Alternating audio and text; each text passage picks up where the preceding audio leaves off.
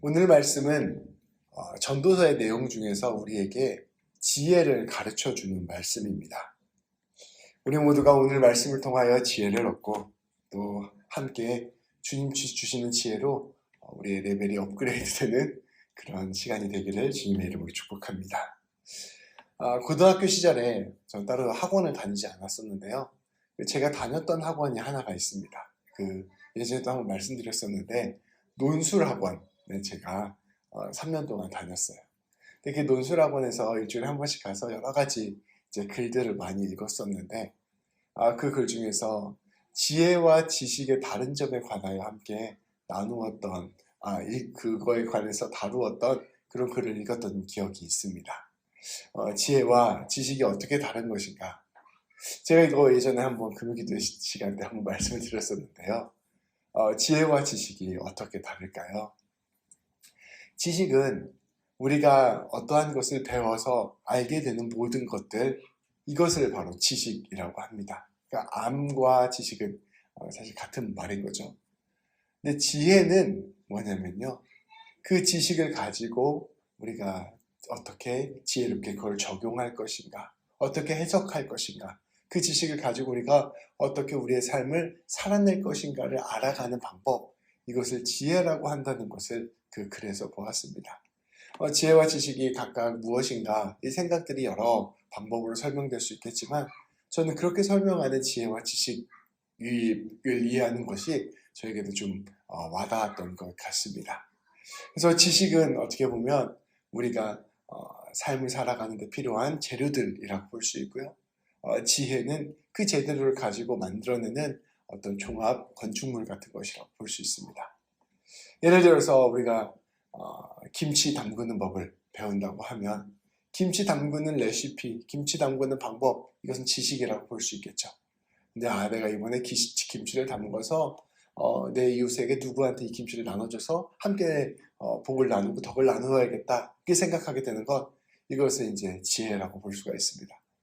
또 김치 담그는 법, 그다음에 부침개 만드는 법, 이것들은 지식이라고 한다면 이거 내가 두 가지를 함께 종합해서 만들어 볼까 해서 김치 부침개를 개발해내는 것, 이런 것들은 지혜라고 볼 수 있겠죠. 그러니까 지식들을 잘 엮어내는 것이 바로 지혜다라고 볼 수 있습니다. 오늘 말씀은 이 지혜에 관하여 함께 나누고자 합니다. 우리가 수많은 삶을 살아보면서 여러 가지 지식들이 생기고 아는 것들이 생기는데 이것들이 어떻게 잘 엮일 때 지혜가 될 수 있을까? 그것들을 오늘 말씀을 통하여 함께 나누어 보고자 합니다. 우리가 지혜를 갖기 위해서 꼭 갖추어야 될 세 가지 능력이 있습니다. 세 가지 우리가 지혜를 갖춰야 될 때 꼭 가져야 되는 것이 있어요. 오늘 말씀에 보면 그것들을 차례차례 설명해 주고 있는데요. 먼저 결론부터 이야기를 해드리려고 합니다. 우리가 지혜를 갖기 위해서는 꼭 세 가지를 알아야 됩니다. 첫 번째는 내가 어떠한 사람인가, 이걸 알아야 되고요. 두 번째는 지금 상황과 형편이 어떠한가, 이것을 알아야 되고요. 세 번째, 나의 목표가 무엇인가, 이것을 알아야 됩니다. 내가 어떤 사람인가, 내 상황과 형편이 지금 어떠한가, 나는 지금 무엇을 하려고 하는가, 이 세 가지를 알 때 비로소 우리는 우리가 가진 지식들을 우리의 삶에 꼭 필요한 방향으로 이끌어갈 수 있게 되는 것이죠. 나를 안다는 것은 무엇입니까? 나의 능력을 알고, 나의 성격을 알고, 또 나의 장점과 단점을 알고, 이제 이런 것들이 나를 아는 것이죠. 또 상황과 형편을 안다는 것은 무엇입니까? 지금 내가 맺고 있는 인간관계는 어떠한가? 지금 내가 속한 사회는 어떠한가? 내가 만나고 있는 공동체는 어떠한가? 나는 지금 무엇을 가지고 있고 이것을 어떻게 활용할 수 있는가? 이러한 것들을 이해하는 것이 바로 상황과 형편을 아는 것입니다. 그리고 목표를 안다는 것은 무엇입니까? 지금 내가 가고자 하는 길이 무엇인가? 내가 추구하고자 하는 목표가 무엇인가? 이것을 정확히 아는 것, 이것이 꼭 필요하다는 것이죠. 그래서 이 세 가지를 가지고 종합적으로 판단하고 이것들을 가지고 깊이 생각할 때 우리는 우리의 삶 가운데서 가장 지혜로운 길로 선택하고 결정하고 나아갈 수 있게 되는 것입니다. 오늘 말씀은 이 세 가지 차원을 우리에게 보여주고 있습니다. 우리 아까 1절부터 20절까지 쭉 읽었는데요. 그래서 이제 크게 이 세 가지 차원에서 함께 분류해서 읽어보고자 합니다. 그 세 가지 범주를 미리 생각해보고 이 말씀을 살피면 이 말씀의 뜻을 조금 더 깊이 헤아릴 수 있을 것입니다. 함께 말씀을 읽어보도록 하겠습니다. 먼저 1절부터 2절까지 말씀입니다. 우리 같이 한번 읽어볼까요? 시작. 향수에 빠져 죽은 파리가 향수에서 악취가 나게 하듯이 변변치 않은 적은 일 하나가 지혜를 가리고 명예를 더럽힌다. 지혜로운 사람의 마음은 옳은 일 쪽으로 기울고 어리석은 사람의 마음은 그릇된 일 쪽으로 기운다. 아멘. 오늘 말씀 1절과 2절 말씀은 지혜가 무엇인가를 설명하기 이전에 지혜가 얼마나 중요한가를 가르쳐주는 서문과 같은 말씀입니다. 오늘 말씀에 보면 어리석은 행동 하나 때문에 모든 영광과 명예가 무너질 수 있다라고 이야기합니다. 우리가 맛있는 국밥이 나왔어요. 국밥을 숟가락으로 한번 딱 휘저어봤는데 국밥이 엄청 향기도 좋고 맛있어 보이는데 딱 한 숟가락 떠보니까 거기에 왕파리가 나왔다고 해봅시다. 우리 그거 먹을 수 있겠어요? 못 먹죠. 아무리 맛있게 된 음식도 왕파리 하나가 나오면 그거 버려야 됩니다. 향유도 마찬가지라는 것이요. 좋은 향유가 있어도 거기에 파리 하나가 빠지면 그 향유 쓸 수 없는 것처럼 우리의 삶에 많은 노력과 정성을 기울인다 하더라도 어리석은 행동 하나 때문에 우리의 삶이 망쳐질 수 있다라고 이야기하고 있는 것입니다. 그만큼 우리에게 있어서 지혜가 중요하다. 우리가 지혜를 따라 살아가면 모든 일이 잘 되지만 어리석은 길을 선택하면 우리는 모든 일을 그르치게 된다라고 말씀 1절, 2절은 설명하고 있습니다. 그렇다면 지혜로운 길은 어떤 것인가? 이어지는 3절 말씀부터 쭉 설명이 되는 것이죠. 3절과 4절 말씀을 함께 살펴보도록 하겠습니다. 우리 3절, 4절 말씀을 함께 읽겠습니다. 어리석은 자는 길을 갈 때에도 생각 없이 자기의 어리석음을 누구에게나 드러낸다. 통치자가 너에게 화를 낼 때 너는 내 자다를 뜨지 말아라. 침착하면 큰 잘못을 막을 수 있다. 아멘. 어리석음이란 무엇인가? 저는 이 3절과 4절 말씀을 통해서 지혜롭지 못한 것, 어리석은 것, 그건 첫 번째 우리가 나누었던 것처럼 자기 자신을 모르는 것이라 생각합니다.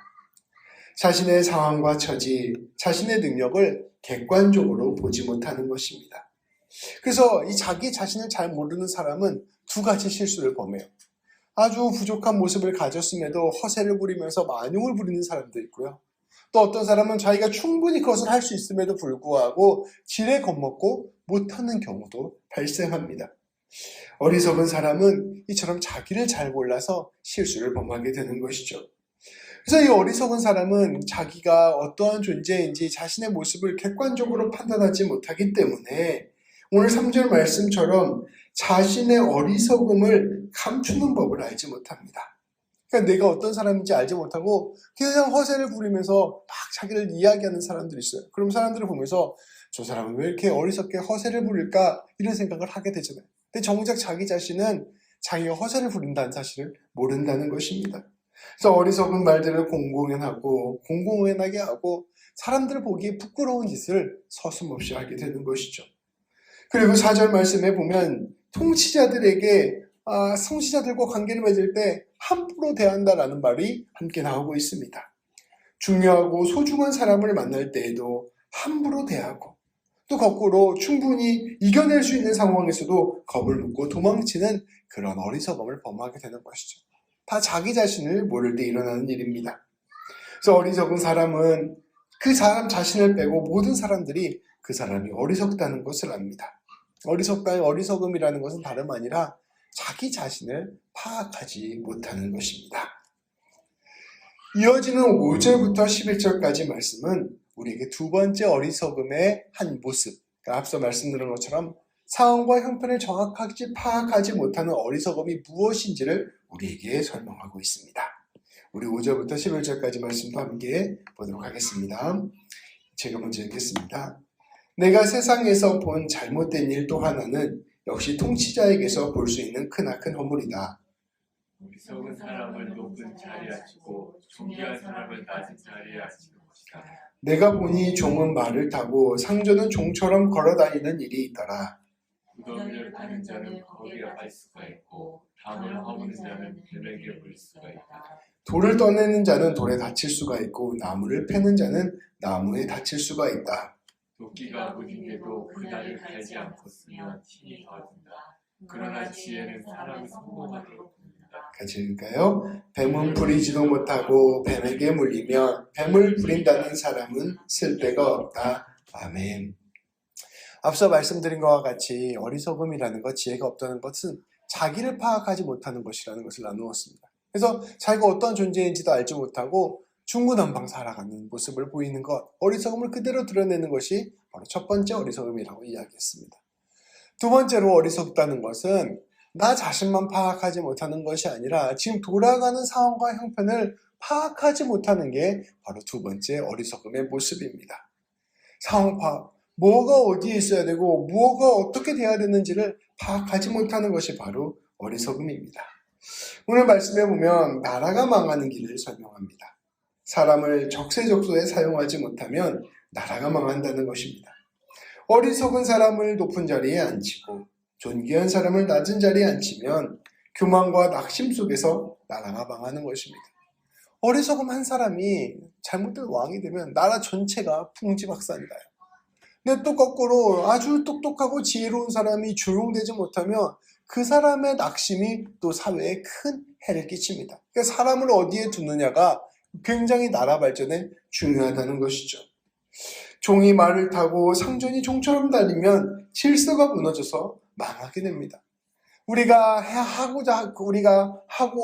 노력하고 수고한 대로 보상을 얻어야 되는데 노력하고 수고한 대로 보상을 얻지 못하고 전혀 노력하지도 않고 수고하지도 않았던 사람들이 큰 보상을 얻게 되면 사람들의 마음 가운데 큰 불만이 생기게 됩니다.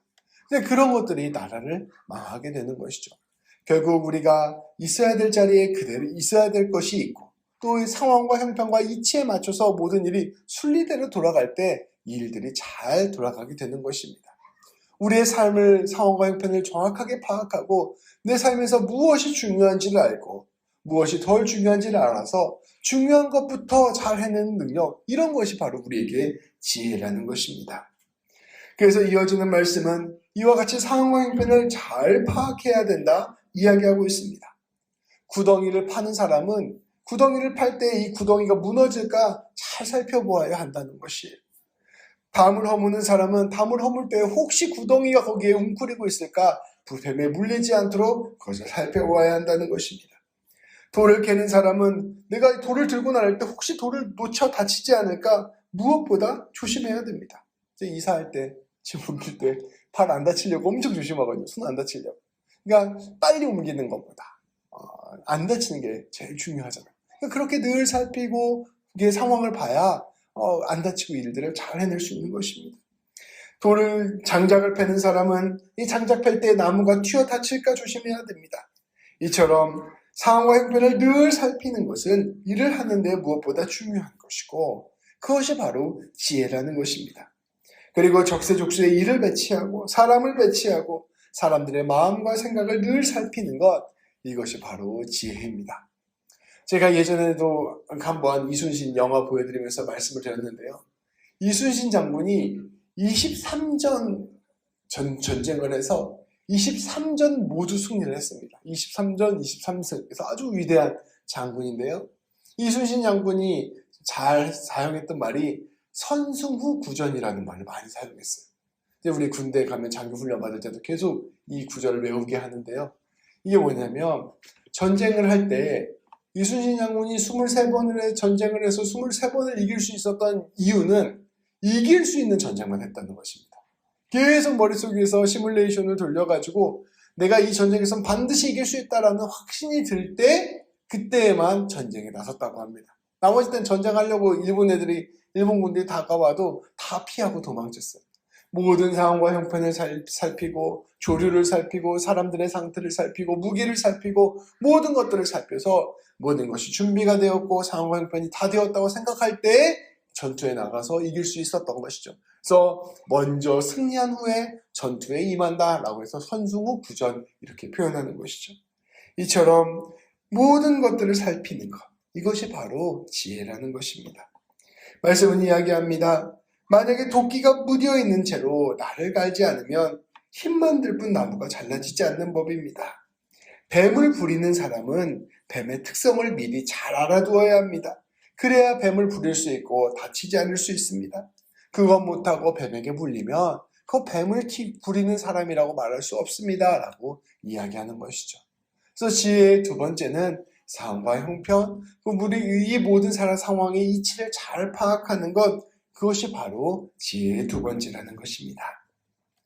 마지막 세 번째 12절부터 14절까지 말씀은 이 두 가지 차원, 앞서 말씀드렸던 지혜는 자기 자신을 아는 것이다, 상황과 형편을 잘 아는 것이다 라고 이것을 잘 아는 사람의 중요한 특징 한 가지를 설명을 하고 마지막 세 번째로 넘어갑니다. 이 12절부터 14절까지 말씀은 어리석은 사람과 지혜로운 사람을 구분하는 중요한 특징 하나를 중간에 설명하고 넘어갑니다. 그것은 무엇일까요? 12절부터 14절까지 말씀을 함께 살펴보겠습니다. 한 절씩 교독하고 마지막 14절은 같이 읽을게요. 지혜로운 사람은 말을 해서 덕을 보고 어리석은 사람은 제 입으로 한 말 때문에 망한다. 어리석은 자의 입에서 나오는 말은 어리석음을 시작해서 사악한 광기로 끝난다. 그런데도 어리석은 자는 말을 하고 또 한다. 무슨 일이 일어날지 아는 사람은 없다. 앞으로 일어날 일을 말해줄 수 있는 사람이 누구인가? 자기 자신에 대해서 잘 알고 상황 파악을 잘 하는 사람의 중요한 특징이 있습니다. 말을 잘한다는 것입니다. 근데 말을 잘한다는 건 뭐냐면 꼭 필요한 말을 하는 거예요. 그리고 말해서는 안 되는 것을 말하지 않는 능력이 바로 말을 잘하는 것입니다. 어리석음의 또 다른 특징은 말을 함부로 하는 것입니다. 이 말이라는 것이 바로 하나님께서 우리에게 주신 독특한 선물이에요. 모든 동물 중에 말할 수 있는 동물은 우리밖에 없습니다. 그리고 하나님과 하나님의 능력과 가장 가까운 능력입니다. 하나님이 당신을 우리에게 보여주실 때 말씀으로 우리에게 보여주셨어요. 그러니까 하나님이 사람과 교제하기 위해서 주신 능력이 바로 말입니다. 그래서 말에는 권세가 있고 능력이 있고 힘이 있습니다. 그래서 말에는 창조의 능력이 있고 동시에 파괴의 능력이 있는 것입니다. 그래서 지혜로운 사람은 늘 말을 조심합니다. 그래서 지혜로운 사람은 오늘 말씀처럼 말을 통하여 덕을 얻는 것이죠. 사람들의 호감을 사는 것입니다. 근데 어리석은 사람들은 자기가 한 말 때문에 망합니다. 보통 우리가 꼭 이 말을 해야 되는데 말을 못했어. 그래서 망하는 경우는 그렇게 많지 않습니다. 우리가 해야 할 말을 못해서 망하는 경우는 많이 없어요. 그거는 좀 기다렸다가 다음에 말해도 큰 문제가 되지 않습니다. 근데 우리가 하지 말아야 될 말을 해서 망하는 경우는 참 많습니다. 결국 자기가 한 어리석은 말 때문에 자기의 삶이 크게 흔들리게 되고 또 이 어리석은 말 한번 내뱉으면 그 말이 꼬리를 물고 이어지게 됩니다. 자기가 한 말을 해명하려고 하다가 또 자기가 한 말을 옳다는 것을 증명하려고 하다가 더 큰 말실수를 하게 되고 결국 화를 입게 되는 것입니다. 그러니까 말을 조심해야 돼요. 그러니까 누군가가 이제 말을 할 때 그 사람 예를 들면 저 같은 경우는 말을 하다가 이 사람하고 얘기를 하는데 이 사람 말 때문에 내가 마음이 딱 상하는 순간 있잖아요. 그러면 본능적으로 말을 해서 공격하고 싶은 욕구가 확 올라온단 말이죠. 근데 그때 내가 이 사람이 나에게 소중한 사람인가 아닌가를 먼저 생각을 합니다. 내가 말하고자 하는 욕구와 내가 이 사람을 지켜야 되고 이 사람과 함께 해야 된다는 그 두 가지를 함께 놓고 재보았을 때 이 사람이 소중하고 이 사람과 함께 하는 것이 더 소중하다고 생각하면 말을 삼키는 연습을 늘 해야 됩니다. 그래야 사람을 지켜낼 수가 있는 것이죠. 그래서 말을 늘 신중하게 하고 말을 할 때 할까 말까 고민했던 말은 하지 않는 것, 이것이 좋다는 것을 우리는 기억해야 합니다. 하고 싶은 그 말, 꼭 우리가 하고 싶은 그 말을 참는 것이 바로 지혜인 것입니다. 말씀은 사람이 장래일을 알 수 없으니 장담하는 말을 삼가라고 선포합니다. 내 자신을 알고 내 상황과 형편을 아는 것이 우리가 지혜라는 것을 함께 나누었습니다. 근데 우리가 자신을 알고 상황과 형편을 아는 것이 지혜인데 좀 곰곰이 생각해보면 우리가 우리 자신에 대해서 그렇게 많이 알지 않아요. 또 우리가 상황과 형편에 대해서 다 알지 못합니다. 우리는 알 수 없는 것이 훨씬 더 많기 때문에 그렇기 때문에 말할 때 조심해서 말해야 된다는 것이죠. 어리석은 사람이 되지 않기 위해서는 말을 조심하고 특별히 장담하는 말을 아껴야 할 것입니다. 그것이 바로 첫 번째 지혜, 두 번째 지혜를 가진 사람의 중요한 특징이라는 것을 말씀은 이야기하고 있습니다. 끝으로 마지막 15절부터 20절까지 말씀은 지혜를 가진 사람의 세 번째 특징, 지혜가 없는 어리석은 사람의 세 번째 특징을 우리에게 보여줍니다. 바로 나아갈 길, 삶의 목표를 알지 못하는 것이 바로 어리석은 자의 특징이라는 것입니다. 우리 15절부터 20절까지 말씀을 한 절씩 교독해서 읽도록 하겠습니다. 제 집으로 가는 길조차 못 찾는 어리석은 자는 일을 해도 피곤하기만 하다. 너는 어리고 대신들은 이를 아침부터 자취에 빠져 있는 나라여. 너는 저주를 받을 것이다. 왕은 출신이 고귀하고 대신들은 취하려고 해서가 아니라 건강을 지키려고 제때에 먹는 나라여. 너는 복을 받을 것이다. 게으른 자의 집은 불보가 내려왔고 손이 놀면 지붕이 든다. 잔치는 기뻐하려고 버리는 것이다. 포도주는 인생을 즐겁게 하고 돈은 만사를 해결한다. 마음속으로라도 왕을 욕하지 말며 잠자리에서라도 존귀한 일을 저주하지 말아라. 하늘을 나는 새가 내 말을 옮기고 날짐승이 내 소리를 전할 것이다. 아멘.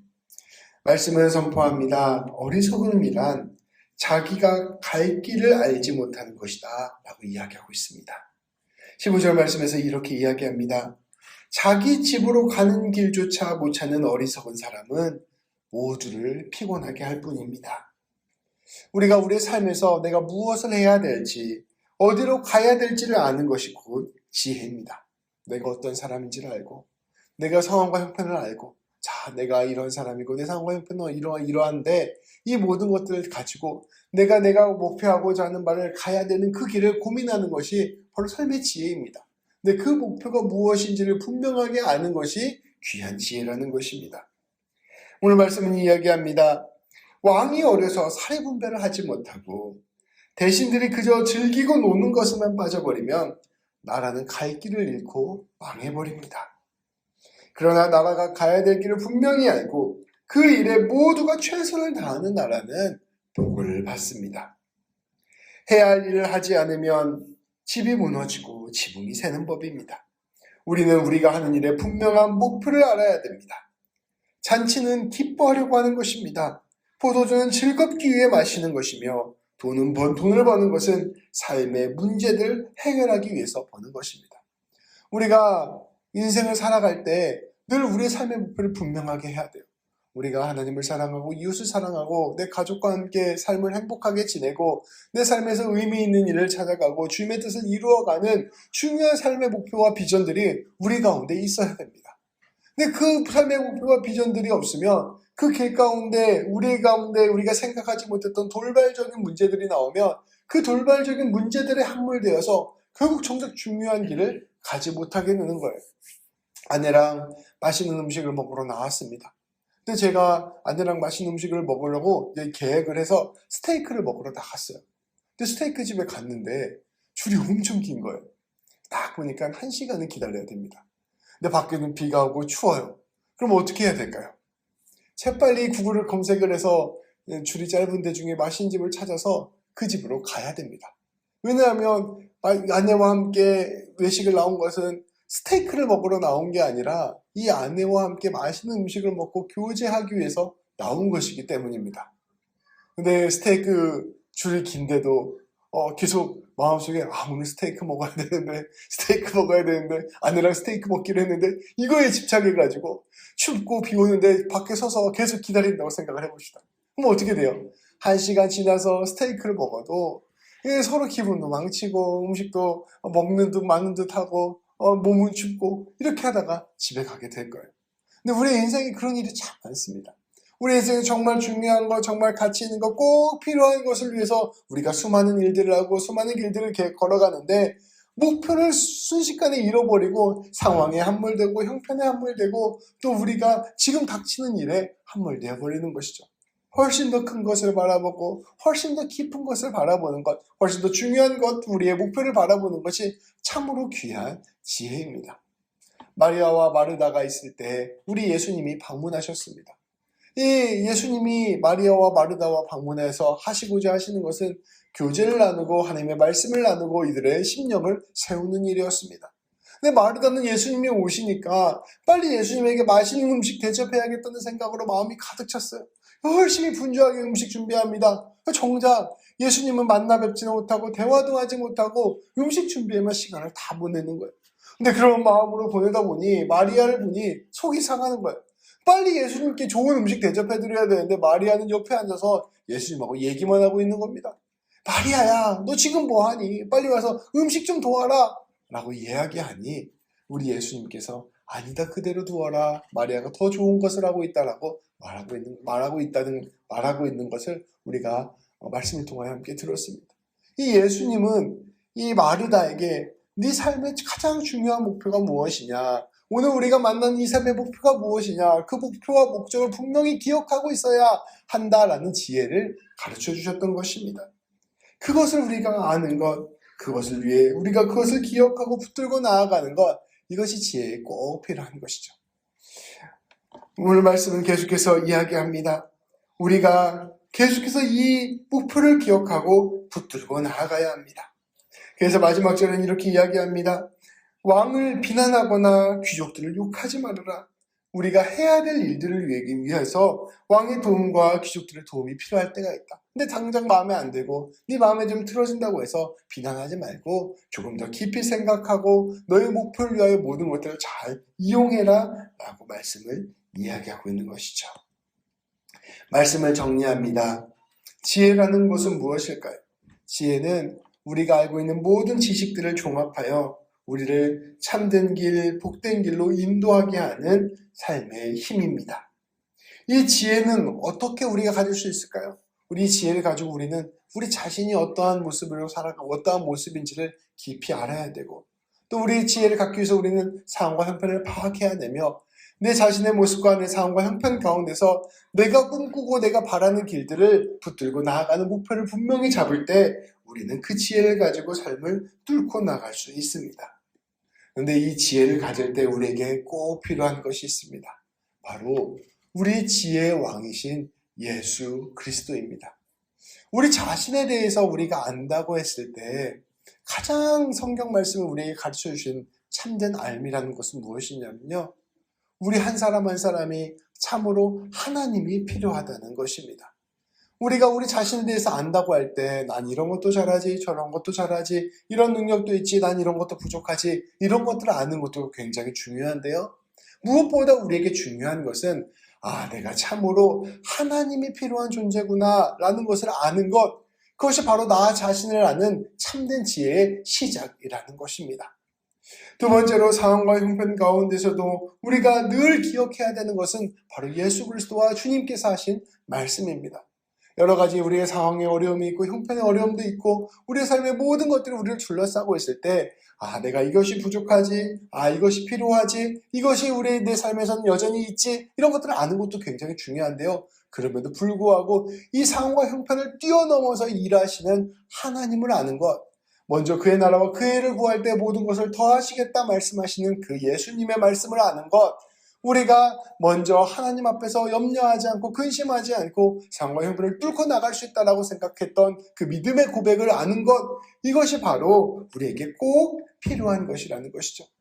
그리고 끝으로 우리가 삶의 목표를 생각할 때 늘 우리 주님을 기억해야 한다는 것이죠.